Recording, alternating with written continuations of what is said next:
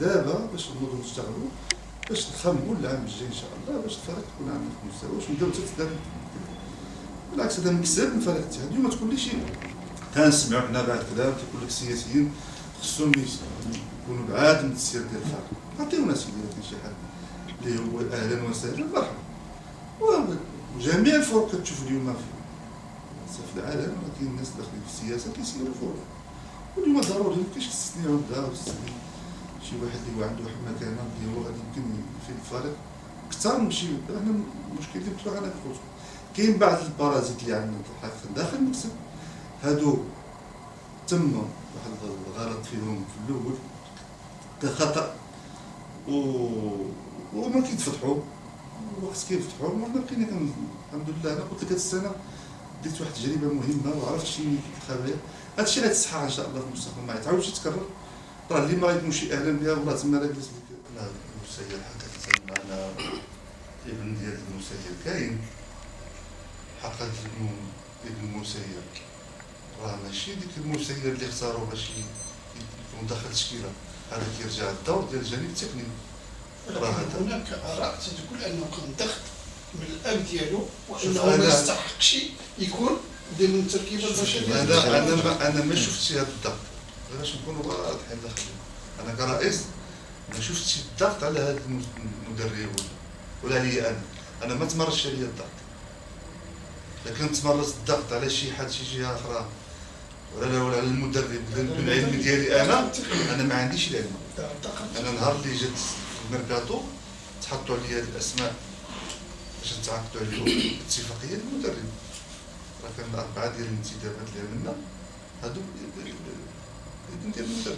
ولكن سيدة الرئيس ماشي انا تكلمت مع السيد المدرب قلت له الله يخليك بالنسبه حتى لإدريس قلت له طلق شي واحد اما ماكاسا واما فابريس خلي إدريس مزيان صراحه. انا قلت هذا الكلام كنقولو كنعاود ناكد. بالنسبه سلمان ولد الحاج كذلك المدرب قلت له ودي هذا خصو قال لي ودي هو النفسيه ديالو طايحه ما باغيش يلعب. هذا هو الجواب اللي جاوب لي. وفعلا حتى سلمان ولد الحاج انا جلست معاه نفس الشيء قال لي عندي مشاكل عائليه وانا ما يمكنليش نلعب انا غادي نحماق انا مال انا. ورغم هذا الشيء كله واخا حتى خدينا الاستشاره ديال المدرب.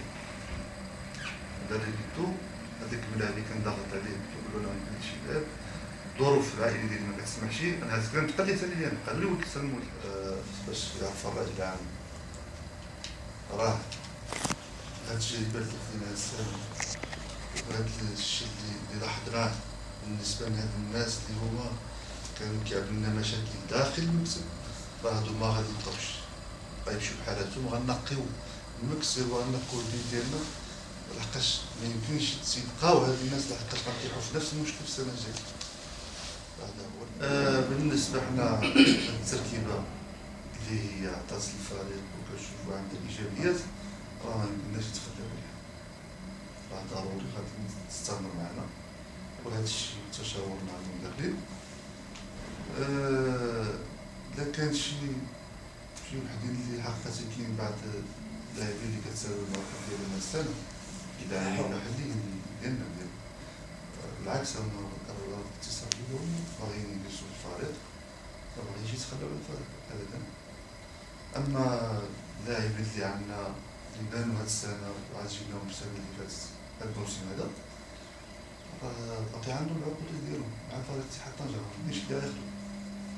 سي عبد بالنسبه للموسم القادم واش تنويو الحفاظ على المدرب الرئيس وفي نفس الوقت واش كتنويو نتوما تبقاو على راس فريق اتحاد طنجة؟ كيفاش يمكن اذا كنتي غادي تبدا وقتاش غادي تبدا الموسم استعدادا للبطوله القادمه؟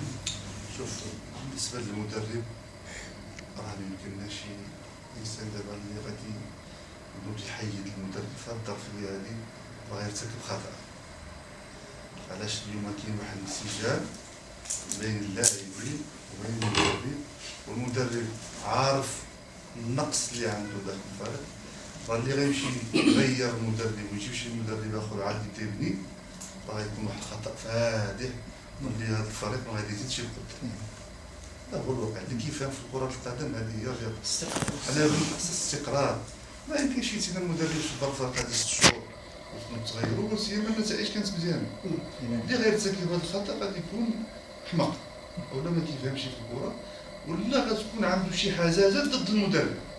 شكون واضحين وراه كاين الناس اللي عندهم حزازات ضد المدرب. بالنسبة لي أنا بالنسبة للسير أنا لحد الآن أنا باقي رئيس ديال فريق ديال اتحاد طنجة. ولكن مادام عندك تصور إذن راك ناوي أنك غادي تستمر. الاستمرار هنا مازال مستمرين.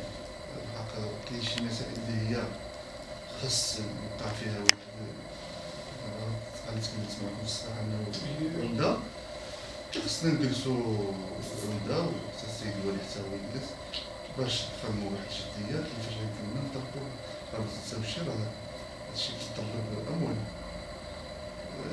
هاد المال ميمكنش إنسان واحد يبقى يتحملو الرئيس. خاص كلشي يدخل يدخل في العملية. أنا نتحمل واحد الجزء ميمكنليش نتحمل واحد الميزانية اللي كيسير لها الفرق السنة كاملة. انا طرح هاد التساؤل علاش فريق اتحاد طنجة ديما كيصرف مليار والصرف وما كاينش نتيجة. فريق اتحاد طنجة وصل بعد السنين 13 مليون درهم ماشي مليار و 300 مليون كيتصرف. حنا هاد السنة حقا ولكن السي عبد الحميد هذيك ما تصرفتش على الفريق كامل. واخا بلاتي حنا بالنسبة لينا هاد الموسم هذا راه ما وصلينش مليار ما وصلناش. شحال تقريبا باش الرأي العام يعرف؟ باقي ما وقفناش الحسابات بالضبط خدامين فيه كيشتغلوا به. ما غتفوت شي 81 درهم. هادشي اللي كنشوف انا بين 88 درهم. فيما يخص تكلموا لي على هذا الاسراف اللي هو كثير بالنسبه للميزانيه ديال اتحاد طنجة. خصكم تعرفوا راه مدينه طنجة راه ماشي اللي خليفه راه مدينه طنجة راه المستوى المعيشي ديالها غالي. خليفه راه مدينه صغيرة. نعطيك مثال بالنسبة غير الأكري. واش الأكري خليفة كالف 1000 درهم وحنا كنوصلو درهم 3000 درهم. زيد المعيشة كذلك ظروف الحياة هنا ماشي هي اللي في خليفة. راه طنجة مدينة كبيرة. اللاعب عاوتاني كيجي لها في طنجة يجي على أساس باش يتقاضى واحد الأجرة اللي هي محترمة واللي عنده مصاريف فيها. طنجة غالية. طنجة ماشي رخيصة. طنجة المعيشة ديالها غالية. ديال العقول ولا سيما هاد البنود اللي كتكلم عليها حقيقة كان واحد الخطأ فيه. هاد الخطأ هذا كنتحمل. باش منبقاوش أنا كنتحمل هاد الخطأ. علاش؟ حنا باقي كنقولو واحد أنا أول سنة اللي غنشرف على بالنسبة للتعاقد مع اللاعب. التعاقد اللاعب أنا اللي شرفت عليها بيدي واللي بديت كنتفاوض معاهم. خلينا بهاد الناحية ديال فيما يخص بحال اللي قلتي مهاجم شي مهاجم كتعاقد مع شي حد وتذكر معاه في العقد خصك اهداف. هادشي كان واحد التقصير حق هادشي في السنة الجاية. هاد الموسم ان شاء الله اللي ما يجي راه ما يتعاودش يتكرر. حيت هادشي لقيتو انا ديك النموذج ديال العقود لقيتها عليها كنا كنتمشاو. هادشي جبرتو انا في المكاتب السابقة كانت كتسمع. دابا حقيقة هادشي أنا واعي به. هاد السنة اللي دوز اكتشفت بزاف الأشياء. شوف راه أي مسير في السنوات الأولى ديالو ضروري ما يرتكب أخطاء. شي الشركة ديالك تكون عندك شركة ديالك كتسيرها تخطأ. تجربة كتعطى. تجربة دائما هما الشركات كيعطيوهم باش يمكن تكون شركة واقفة 5 سنين. هذا هو قانون والعرف المعروف عليه اللي باش واحد المسير ينجح خصو تفوت 5 سنين فوق. بالنسبة للشركات أنا كنتكلم هذه من ناحية اقتصادية. ما يمكنش تربح في السنة الأولى والسنة الثانية والسنة الثالثة. 5 سنين عاد تبقى تربح تجني. لا هذه السنة الأولى راه الإنسان ارتكب خطأ عاوتاني كاين هذا الشيء راه اللي هو أهم في هادشي هو الإنسان يستوعب هذا الخطأ يصحح الأخطاء ديالو باش ما يعاودش يتكرر. بالنسبة لاستعداد الموسم راه حنا دابا كنحسبوا راسنا راه كنستعدوا للموسم. راه من دابا واعيين اللي خصنا ماشي نستعدوا له دابا ماشي تنغلط. انا تهجد مقابلات راه داخلين في الاستعداد ديال الموسم الجديد. كيخص غير واحد ما بالنسبه لنا وقفه التامل هنا كنكتب ونشوفوا شنو هو اللي غادي نتفقوا عليه. هادشي كنتكلم على الناس اللي عندها مسؤوليات باش اللي خصنا نوفروا هو واحد الميزانيه تكون واجده ديال التسيير دابا حتى نساليو التعاقدات مع اللاعبين ونبداو البطوله. هذه هي اللي شويه صعيبه حق ان شاء الله ربي حنا غادي نغلبوا عليه. كاين سي عبد الحميد شادي قلنا على المنحه ديال امانديس، خصوصا ان امانديس هذه يمكن سنتين يمكن عطات فيها واحد 30 مليون، وعوع ان الشركه اللي كتاخذ وقيل النسبه ديال الاجره ديال المدينه ما كان. لا امانديس راه كنسالو لها سنتين ماشي سنتين ما خلص. سنتين عطات فيها 30 مليون. لا 30 مليون كلشي فرق كيتسال من الموسم. اما هذه سنتين ما خدينا والو. انا ربطت اتصال مع المدير الشخصيه ديال امانديس ولا خليك الاتفاقيه اللي عامل معكم راه كتفعلوا شي خصكم تعطيونا ديك الميزانيه اللي كان وعار ثم راه كتسيروا واحد التدبير ديال قطاع الدم والكهرباء، التدبير المفوض اللي عندكم وكتجنيو الارباح من هذا الشيء اللي كاين طنجة. كيف يقال ما تساهموش في هذا الشيء اللي هو اجتماعي وهو الرياضه ديال طنجة ولا سيما الفريق الاول ديال كره القدم ديال اتحاد طنجة. الجواب اللي جاوبني قال لي شوف انا ما نقدر نعمل معاك والو دابا، انا كلشي مجمد كلشي موقف على اساس هما عندهم باغيين يفوتوا امانديس واحد شركه اكسيس. ولكن هذاك هذا العام هي هاد السنه المدرب السابق حتى هو اسمح لي قلت المدير السابق كان قال لي ودي انا لقاش هذا بالنسبه لنا هنا هاد دابا اكسيس راه في التفاوضات ماشي عاد هذه دابا هذه واحد 8 شهور ولا 9 شهور اللي كتفاوض كل عام. هما واقفين كلشي ديك الاتفاقيات اللي عاملين واقفينهم ما بغيش يخرجوا حتى شي درهم. قال لك ما حدهم ما تسميتيش الثقه مع هاد الشركه راه ما يعطيك حتى شي حاجه. يمكن على صعيد التواصل الفريق يكون شخص هنا التواصل فعلا اللي يمكن يفيد الصحفيين ويجاوب على الاسئله ديالهم، لان في بعض الاحيان كنبقاو تايهين مع غندويو. هادشي حنا كنا عملنا مع الاسف. تشوف الاداره ديال اتحاد طنجة راه كان المصير فيه كتيب العام فيه رئيس المنتدب واحد الوقيته هذا هو المشكل اللي متوفر في اتحاد طنجة. نعاودو نذكر راه ملي كتكون النتائج سلبيه كيهرب كلشي كيهرب كيخليو الرئيس وحده. هذا هو الغلط اللي كاين. وبلا حياه ولا حشمه ملي رجعت النتائج وديك الجماهير عاودوا رجعوا. الناس ما كيحشموش يزعموا بصراحه هي حشومه حتى انتقادات توجهت اليك مباشره. والله يا ودي ملي قدمتي الاستقاله ديالك بعدا مابقاش راه ديك الاستقاله ديالك اجي بلا حياه ولا حشمه. باش كتعرف الوعي ما كاينش، الغيره ما كايناش، احساس بالمسؤوليه ما كاينش.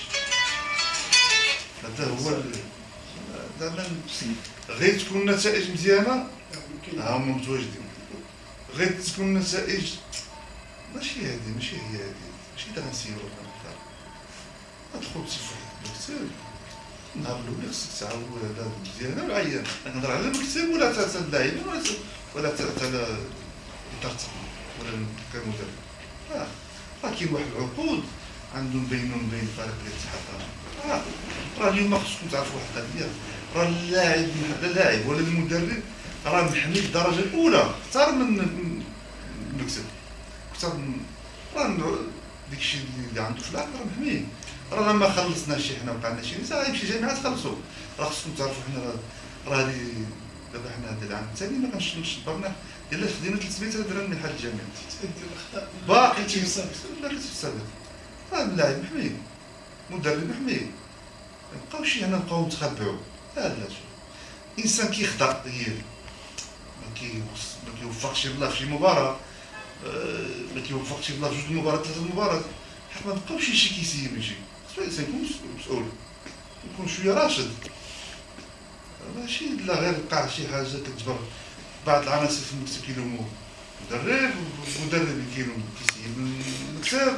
شي هادي تدخل الميدان ديال السن ديال الشأن ديال كرة القدم خصو يعاود السمعة ديالو توسخ، ما فيهاش شي. والدليل هو هذا، في الإنسان كيعمل تضحيات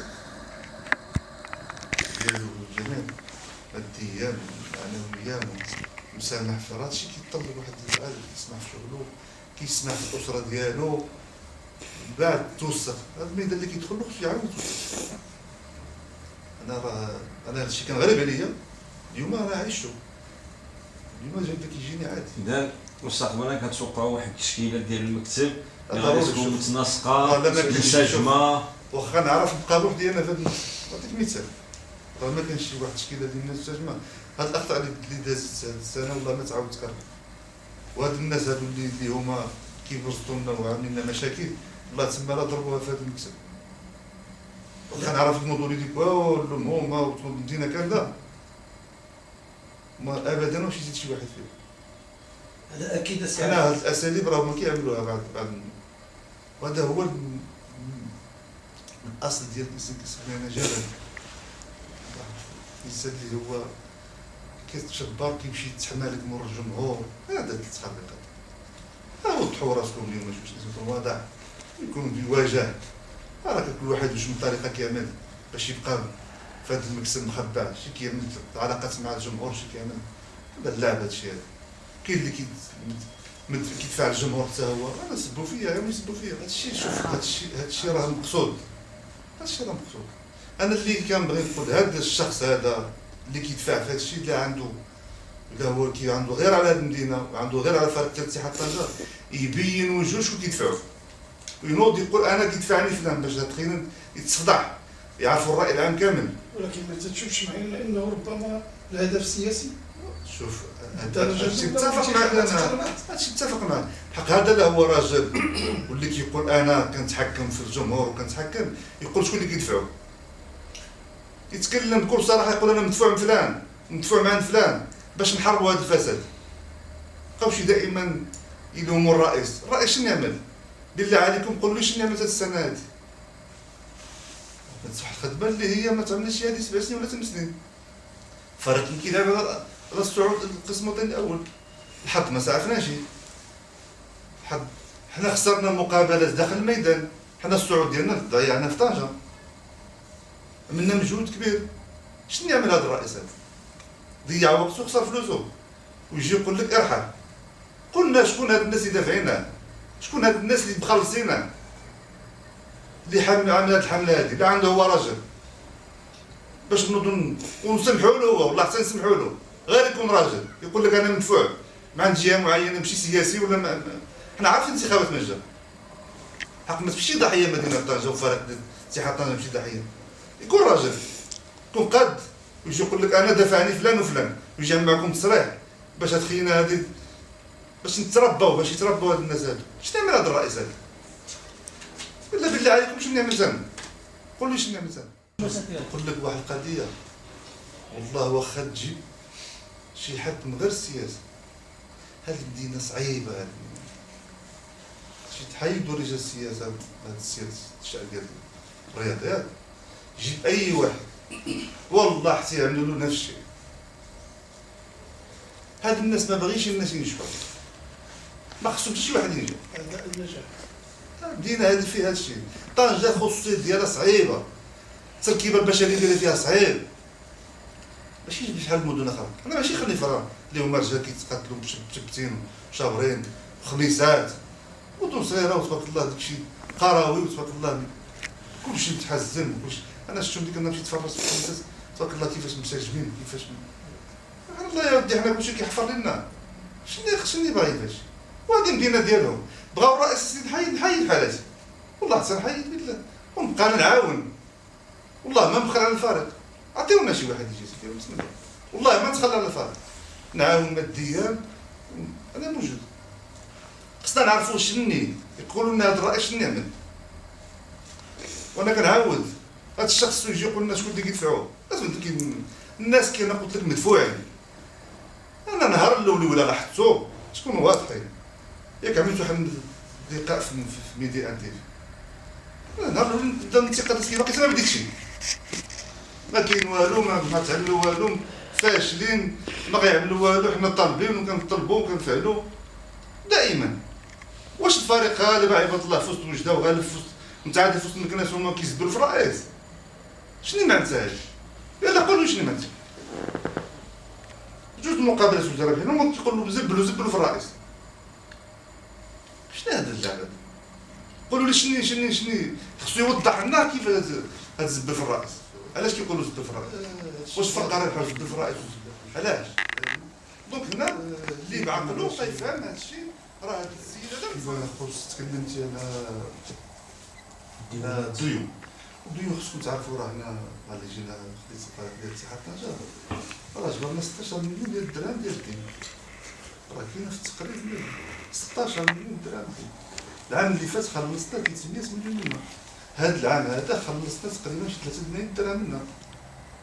بحال هكا راه الديون كبيره، راه خصكم تعرفوا باللي هذا المكتب راه عنده واحد الثقل على ظهره، راه ما حدك تفك الديون، ما حدك تقلب على الموارد، راه واحد الشيء ملي كتشبر واحد الفرقه فيها زيرو كتبدا صفر تمشي بها بعيد.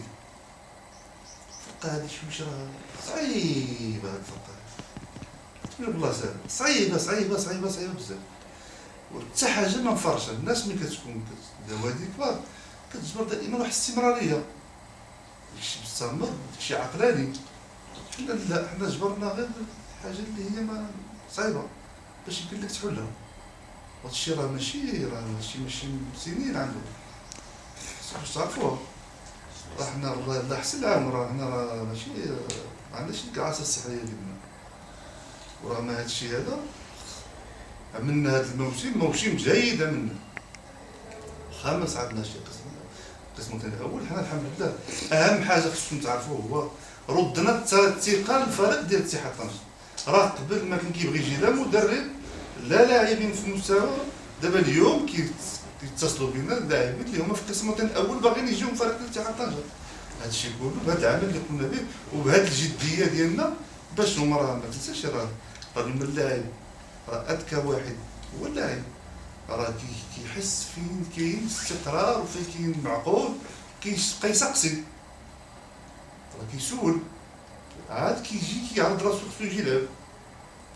اليوم كاين لاعبين اللي هما في القسم الاول باغيين يجيو من فريق اتحاد طنجة. هذا الشيء كله علاش؟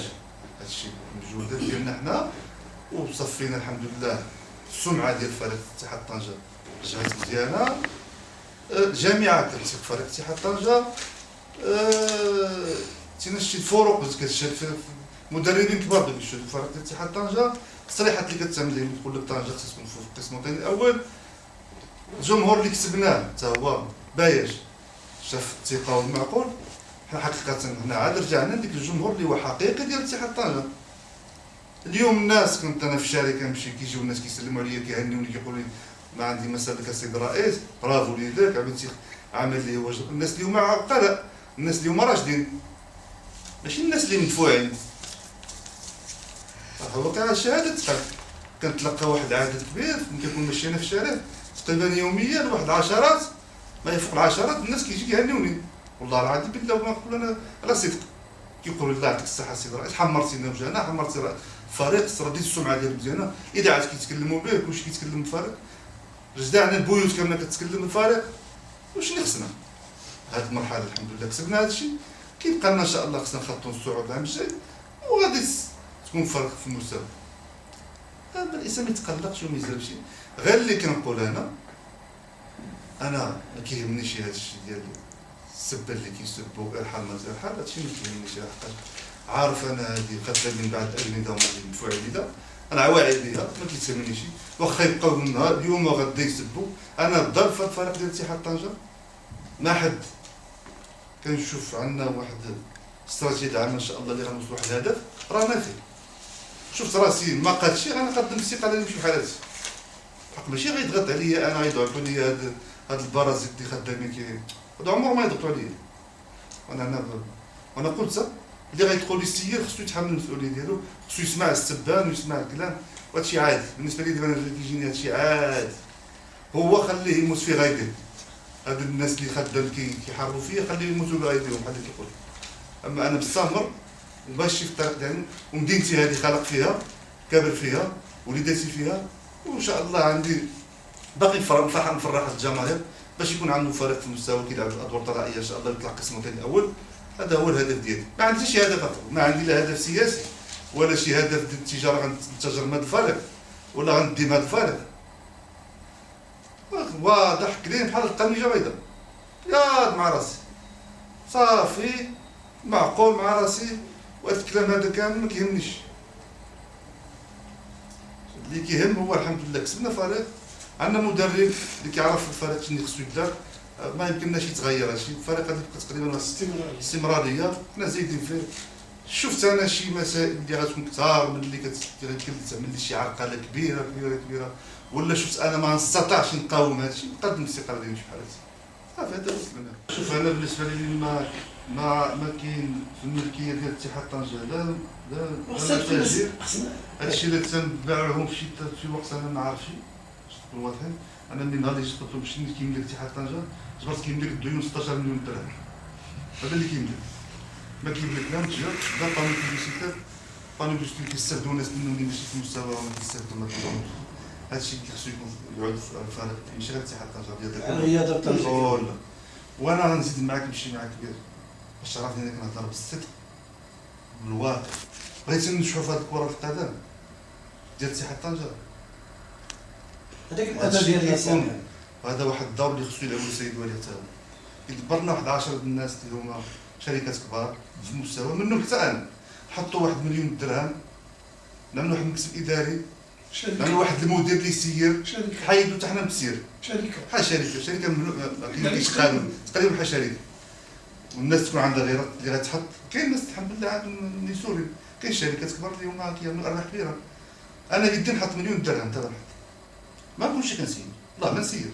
يكون مجلس اداره، كل واحد مجلس اداره كنسيرو. عملوا واحد الشخص اللي هو خلصوا، نعطي واحد 50,000 درهم شي مدير، والله نسميوه اللي بغينا، اللي كيتبع الفريق هو اللي مسؤول، نحاسبوه. انا مستعد دابا هذه انا كنوجه الكلام دابا السيد ولي يعملها بالطريقه هذه، يدبر واحد يدبر 9 حطوا مليون درهم 2 ملايين درهم حطها كل سنه نحطها، ما كلشي كنسير. ياك بغينا الخير لهاد المدينه هذه باش ما يقولوش الناس انا عندي شي اهداف، انا نعمل دابا انا كنقول واش كاين شي اكثر من هادشي. هذه هو الطريقه اللي تتعمل. بغيتينا ننجحوا، بغيتينا نقضيو على هاد البارازيت، هاد المسخين وهاد الفاسدين. هذه الطريقه اللي يمكن ناخذوا عليها باش ما يبقاوش يلوموا يقولوا داك رئيس كينتمي للحزب وعنده صراعات سياسيه. لا سيدي نفضيو هادشي، انا غنحايد اسيدي من هذا السير، نحط انا فلوسي نحطهم، ماشي انا نسير. لو كاين شي اكثر من هادشي انا مستعد هادشي كنقول. جيبوا لنا سيدي 10 الناس، انا واحد 9 يحطوا 1 مليون درهم ونعملوا تكون بحال شركه مجلس اداره فيها الناس اللي هما اللي غتحط مليون درهم غتتبع راسك فين هو، غيتبعوا معاك وغتجري على هاد المرتزقه كامله، غتجري عليها. شنو نكون واضحين باش تكون فريق عندنا في المستوى اللي كيبغي الخير نديتو. هذه الطريقه د العمل. اما اللي كيبغي يشواش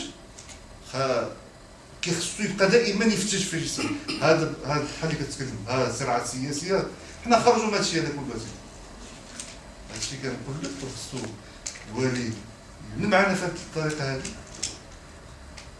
دبروا واحد المحتضنين. انا منهم، انا كنقول والله ما نسير. عطيو شي واحد جيبو شي اطار يكون كيعرف الشأن الكروي، ونعطيه واحد 50 100,000 درهم في الشهر، نعطيوه 10 دنانير في الشهر، نعطيوه نقول الله يخليك غتتبع لنا هذا الفريق الصباح وعشيه ونرافقوا. حنا ماشي شغل، حنا كنجيو نحاسبوا النتائج وانت تكلف كلشي. المشكله دابا ماشي تبغى غادي يشجعك، غادي نقول لك يا ريت يقول لك واخا خاصها فلوسك، يقول لك والله يجازيك بخير غير تكمل الرئيس. غير هذا الكلام هذا كتسمعوش، كيسلكوا لك يبقى عليك بالدق.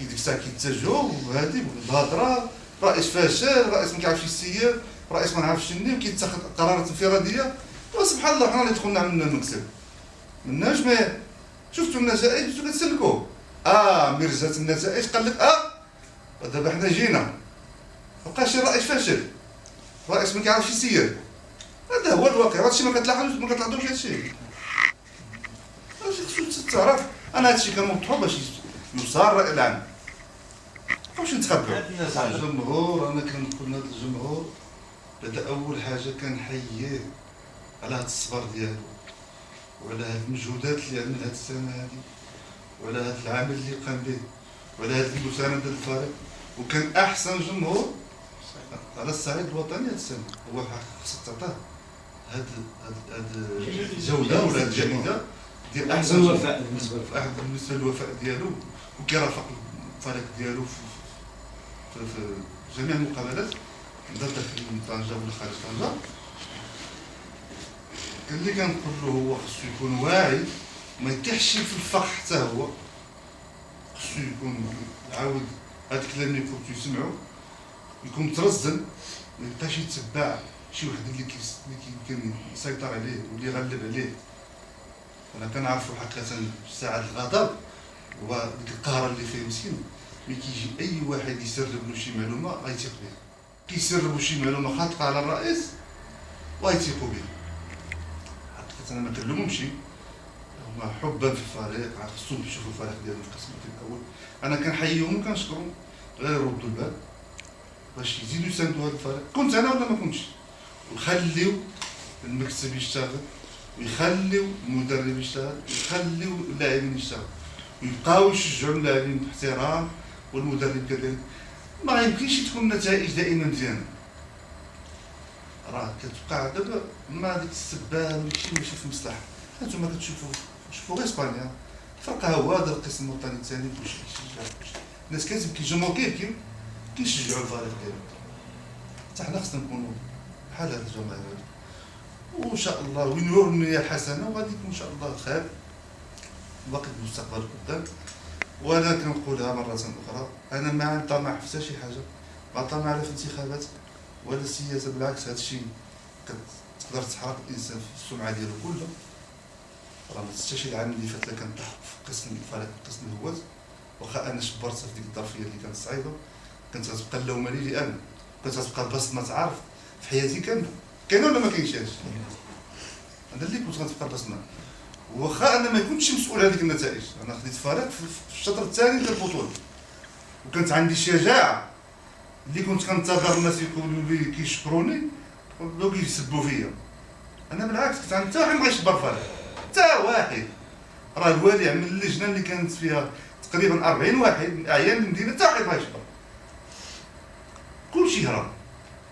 انا كانت عندي الشجاعه ودخلت في هذه المغامره حبا في هذه المدينه وانا ولد المدينه ولد طنجه والحمد لله واخا كنا قد الفريق اخر مقابله هادشي انا عملته من اجل المدينه ماشي من اجل شي هدف اخر.